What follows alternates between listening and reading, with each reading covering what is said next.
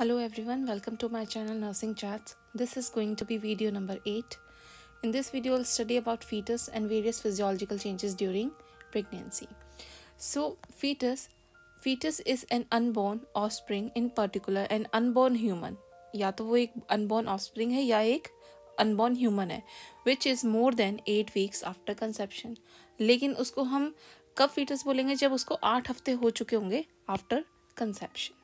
ठीक है, हमारे पास 3 पीरियड्स होते हैं. ओव्यूलर पीरियड, जिसको हम जर्मिनल पीरियड भी बोलते हैं. इसका दूसरा नाम होता है प्री एम्ब्रियोनिक पीरियड. ठीक है, दूसरी चीज हमारे पास आता है नेक्स्ट एम्ब्रियोनिक पीरियड. ठीक है, up till 8 weeks and after 8 weeks we can say the foetal period has been started. ठीक है, सो 2 से 8 हफ्ते तक हमारे पास क्या होता है? Embryonic period. और आफ्टर 8 हफ्ते के बाद हमारे पास आता है पोस्ट एम्ब्रियोनिक पीरियड, जिसको हम बोलते हैं फीटल पीरियड. और 0 to 2 वीक्स पे आपका क्या रहता है? जर्मिनल पीरियड और ओव्यूलर पीरियड. ठीक है, now next is physiological changes in foetus. Length of the foetus. Now जो हमारे पास लेंथ है उसको हम नापते हैं CRL से, क्राउन टू रम्प लेंथ के हिसाब से. ठीक है, दूसरी हम जो लेंथ है उसको हम नाप सकते हैं क्राउन टू हील के हिसाब से. हील का मतलब होता है पैर. सो इफ ये अगर एक फीटस है, ठीक है, तो जो इसके पैर होंगे up till this area, this is your crown to heel.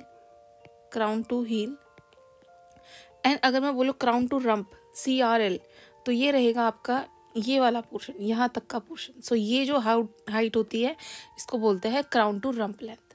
ठीक है, नाउ ये जो दूसरी चीज आप इसको कैसे याद रख सकते हैं? crown to rump means vertex till coccyx. ठीक है, ये जो कॉकेक्स है यहाँ तक. जो क्राउन टू हील है इसको क्या बोलेंगे? Vertex to your heel portion, that is your foetus. Okay, जो मैक्सिमम लेंथ है बेबी की है, जो मैक्सिमम हाइट बेबी अचीव करता है, that is in second trimester. वो सारी जितनी हाइट है वो सेकेंड ट्राइमेस्टर में होती है. Now age of the foetus, जो फीटस एज है, जेस्टेशनल एज है, उसको हम कैसे कैलकुलेट करते हैं? Now we will calculate it from the first day of LMP. Gestation age को हम फर्स्ट डे ऑफ LMP से कैलकुलेट करते हैं. But we have to minus 2 week, that is, और 2 हफ्ते हमें उसमें से माइनस करने होते हैं. ठीक है, तो ये जो हम फर्स्ट डे ऑफ LMP से हम कैलकुलेट करते हैं उसमें से हमें 2 हफ्ते माइनस करने पड़ेंगे. क्यों? क्योंकि जो ओव्यूलेशन है वो तो 2 हफ्ते के बाद होता है ना. 14th डे पे ओव्यूलेशन आता है. तो ये जो 2 वीक्स है, ठीक है, जब तक ओव्यूलेशन हुआ होगा, यहाँ से हमें ये जो टाइम पीरियड है ये हमें माइनस करना रहता है. ठीक है, दूसरी चीज़, एक जो रूल्स होता है आपका EDD निकालने का, उसका नाम आप मुझे बताएंगे. ठीक है, रूल तो हम बाद में पढ़ेंगे फर्दर, लेकिन उसका आप मुझे नाम बताएंगे. EDD निकालने के लिए एक रूल होता है, उसको हम क्या कहते हैं? नाउ USG की मदद से भी हम बच्चे की जो एज है वो हम निकाल सकते हैं. ठीक है, जेस्टेशनल एज का मतलब क्या होता है? जब तक बेबी वूम्ब के अंदर है तब इसकी एज कितनी है, कितने वीक्स का बेबी हो गया है, कितने मंथ्स का बेबी हो गया. ठीक है, ना USG के थ्रू आप कैसे निकालोगे? जो CRL है, क्राउन टू रम्प लेंथ है, इसमें आप कर दोगे +6.5, तो जेस्टेशन आ जाएगी इन वीक्स. तो आप जेस्टेशन को कैलकुलेट कर सकते हो इन वीक्स. तो अल्ट्रासाउंड के थ्रू आप CRL पता कर लोगे और उसके अंदर आप क्या है 6.5 ऐड कर दोगे, तो आपकी वीक्स में आपके पास आपकी एज आ जाएगी फीटस की. ठीक है, now weight of the foetus. Generally जो स्टैंडर्ड वेट होता है that is 2.5 to 3.5 kg at term. ठीक है, ये टर्म की बात हो रही है यहाँ पे. एंड 1/6 ऑफ द प्लेसेंटा, और 1/6 ऑफ प्लेसेंटा होता है. नाउ मैक्सिमम वेट गेन जो होता है बेबी का, ठीक है, जो मैक्सिमम वेट गेन होता है बेबी का, that occurs in 3rd trimester. और मैक्सिमम हाइट कब अचीव होती है? 2nd ट्राइमेस्टर में. ठीक है, अब हम बात करते हैं जो वेट है बेबी का, उसको निकालने के पास हमारे पास बहुत सारे फॉर्मूले हैं. एक आता है जॉनसन्स फार्मूला, जो हमें थोड़ा बहुत याद रखने की ज़रूरत है. अदरवाइज तो ये फार्मूला से पूछ लिया जाता है कि जॉनसन्स फार्मूला किससे रिलेटेड है, या शेपर्ड फार्मूला किससे रिलेटेड है, या हेडलॉक फार्मूला किससे रिलेटेड है. ठीक है, आपको नाम पता होना चाहिए. ये तीनों फार्मूलाज क्या हैं? ये बेबी का वेट बताते हैं. फार्मूला क्या है वो आपको याद रखने की ज़रूरत नहीं है, बट स्टिल एक मैं बता देती हूँ. Height of the fundus minus station multiply by 155, तो आपका वेट आ जाएगा बेबी का इन ग्राम्स. ठीक है, और ये जो हाइट ऑफ द फंडस होती है ना, ये आपको कितने में लेनी है? In centimetres. ठीक है, और ये जो स्टेशंस है इसका क्या फ़र्क रहता है कि स्टेशन है, इसका मतलब यहाँ पे क्या टर्म आएगी, या तो 11 आता है या 12 आता है या 13 आता है। और ये स्टेशन आप कैसे पता करते हो, अगर ये पेल्विस है, पेल्विस के अंदर ये ईस्चियल स्पाइन्स है जहाँ से हमें स्टेशन पता करते हैं पीवी करके। तो बेबी का हेड अगर ईस्चियल स्पाइन पे है तो आप क्या लोगे, यहाँ पे आप लोगे 12। और अगर बेबी का हेड अबव है ईस्चियल स्पाइन से तो आप लोगे 11, और बेबी का हेड बिलो है तो आप लोगे 13। सो यहाँ पे तीन ही नंबर्स आ सकते हैं, 11, 12 एंड 13। और ये कैसे आएंगे, इस प्रोसेस के थ्रू। ठीक है, नाउ आप क्या निकालोगे, वेट ऑफ द फीटस। और दूसरा आता है आपके पास शेपर्ड फॉर्मूला और हेडलॉक फॉर्मूला। इसके अंदर आप एब्डोमिनल सर्कमफ्रेंस, हेड सर्कमफ्रेंस, इनका यूज़ करके एक फॉर्मूला होता है, तो आप वेट ऑफ द बेबी निकाल सकते हो। यहाँ पे जो एक क्वेश्चन मैं आपसे पूछूंगी, मैकडोनल्ड्स मेजरमेंट क्या होता है, मैकडोनल्ड्स मेजरमेंट क्या होता है। ठीक है, ये आप मुझे कमेंट करके बताएंगे इस क्वेश्चन का आंसर। ठीक है, तो 2 क्वेश्चन हो गए आपके। अभी मैकडोनल्ड्स मेजरमेंट क्या होता है एंड आपने बताना है जो ईडीडी हम कैलकुलेट करते हैं वो कौन सा रूल है। Okay, foetal physiology. Now nutrition, सबसे पहली चीज़ है न्यूट्रिशन। जो बच्चे को न्यूट्रिशन है वो कहाँ से मिलेगा, abdominal circumference reflects the foetal nutrition. बच्चे का जो एब्डोमिनल सर्कमफ्रेंस है वहाँ से आपको पता चलता है कि बेबी का न्यूट्रिशन स्टेटस कैसा है। In 3rd trimester calcium, protein and iron, these all 3 are drained from mother. ये तीनों की तीनों मदर से ड्रेन होती हैं। 2/3 of the calcium, 3/5 of the protein and 4/5 of the iron, they are drained from mother. इसलिए बोला जाता है जो बच्चे प्रीटर्म बच्चे हैं, ठीक है, वो क्या होते हैं, ये सारा कब होगा, 3rd ट्राइमेस्टर में। तो जो प्रीटर्म बच्चे हैं, जो मतलब अर्ली बॉर्न हो जाते हैं 7 मंथ्स के अंदर, ठीक है, तो उनके अंदर क्या होता है, आपको क्या देखने को मिलेगा, ये तीनों चीज़ों की कमी देखने को मिलेगी। इसीलिए ये हम एडिशनल देते हैं प्रीटर्म बच्चों में। ठीक है, now the foetal blood, first blood which is formed in yolk sac, that is on 14th day. Question आता है ये। ठीक है, दूसरी चीज़ फिर आता है लिवर से फॉर्म होता है। पहले तो बनेगा यॉर्क सैक में 14वें दिन पे, देन आपका लिवर फॉर्म करता है ब्लड एट 10th वीक।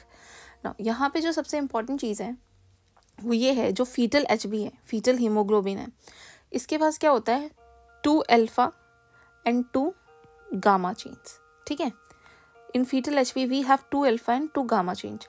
और जो अडल्ट HB होता है उसके अंदर होता है 2 अल्फा एंड 2 बीटा, गामा नहीं होता। ठीक है, ये गामा नहीं होता। और ये फीटल HB है, ये अडल्ट HB में कन्वर्ट होना होता है, मतलब it is mandatory to get converted. Okay, but still at term 80% of जो HB है वो फीटल HB रहता है। फिर भी जो HB है वो फीटल HB रहेगा 80% एट टर्म। ठीक है, अब ये कन्वर्ट कब होता है, it will take around 6 to 12 months after birth to get fully converted into adult haemoglobin. ठीक है, दूसरी चीज़ जो फीटल HB है इसकी एफिनिटी पावर है, जो एफिनिटी रेशियो है for oxygen, it's very high. ठीक है, मतलब हाई एफिनिटी है टू द ऑक्सीजन, यानी oxygen binding capacity is more in fetal HB। Now the RH factor appears after 38 days after conception. जो RH factor होता है, यानी ब्लड ग्रुप के अंदर आपका जो पॉजिटिव या नेगेटिव रहता है ना, वो पॉजिटिव वो नेगेटिव, तो ये जो RH फैक्टर है ये कब आता है, ये 38 days पे आता है after conception. Now foetal RBC की जो लाइफ स्पेन है दैट इज 80 days, कहीं कहीं आपको इसका आंसर मिलेगा 90 days। ठीक है, नाउ जो टेस्ट होता है फॉर फीटल HB उसका नाम होता है apt test, APT, apt test, test for foetal HB is apt. Okay, अब यहाँ पे एक चीज़ आती है कि जो फर्स्ट यानी 80% टर्म पे तो फिर भी आपका फीटल हीमोग्लोबिन ही रहता है, लेकिन जो फर्स्ट कन्वर्जन होता है ये, ठीक है, फीटल टू अडल्ट, ये कब स्टार्ट हो जाता है, ये क्वेश्चन आता है, इट स्टार्ट्स एट 30 weeks। तो कभी भी ये नहीं कहना है कि जो फीटल HB है वो अडल्ट HB में कन्वर्ट ही नहीं होता ड्यूरिंग जेस्टेशनल पीरियड, वो होता है, इट स्टार्ट्स एट 30 weeks। ठीक है, लेकिन पूरा नहीं होता है। पूरा कब होता है, after delivery 6 to 12 months। Now urinary system and skin, nephrons are active at the end of first trimester. First trimester के बाद जो नेफ्रॉन्स है वो एक्टिव हो जाते हैं। तो अगर आपसे पूछा जाए यूरिन कब फॉर्म होता है, it forms at 12 weeks। Form कब होगा, 12 weeks पे। 650 ml यूरिन ईच डे जो फीटस है रिड्यूस करता है। ठीक है, नाउ स्किन की अगर मैं बात करूँ, स्किन में आपके पास आता है लेनुगो, जो बेबी है उसके ऊपर बहुत फाइन हेयर्स होते हैं। ठीक है, उनको हम बोलते हैं lanugo. They appears at 16 week and disappear at term. उसके बाद सेबेशियस ग्लैंड है, वो सिक्रीट करती हैं क्या, वर्निक्स कैजियोजा, और वर्निक्स कैजियोजा कब अपीयर होता है, एट 20th week पे।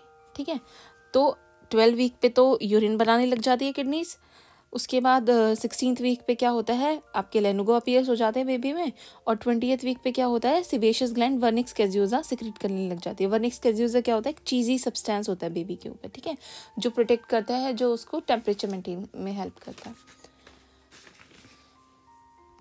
Okay, respiration. Now at 20 weeks क्या होगा, एल्वेलाई एक्सपेंड करते हैं, ठीक है। और एट 24 वीक्स क्या होगा, सर्फेक्टेंट अपीयर होता है।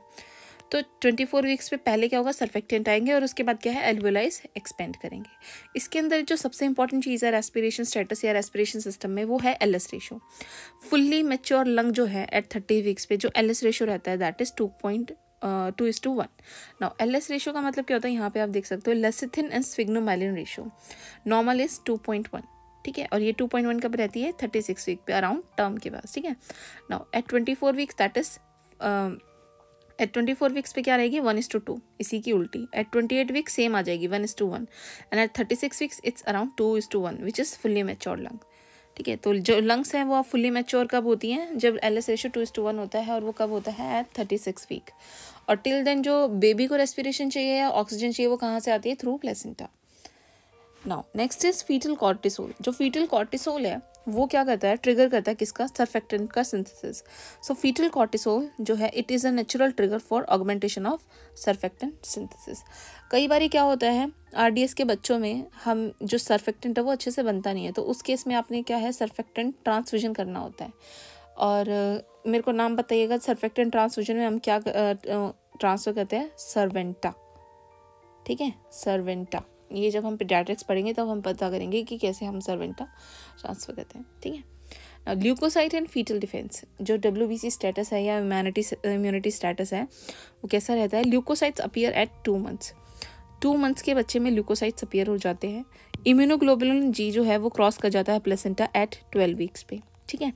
इम्यूनोग्लोबुलिन एम जो है वो प्रेजेंट अगर होगा तो it will show what, it will show intra uterine infection. तो इम्यूनोग्लोबुलिन एम क्या है, प्रेजेंट नहीं होना चाहिए, it is a dangerous sign.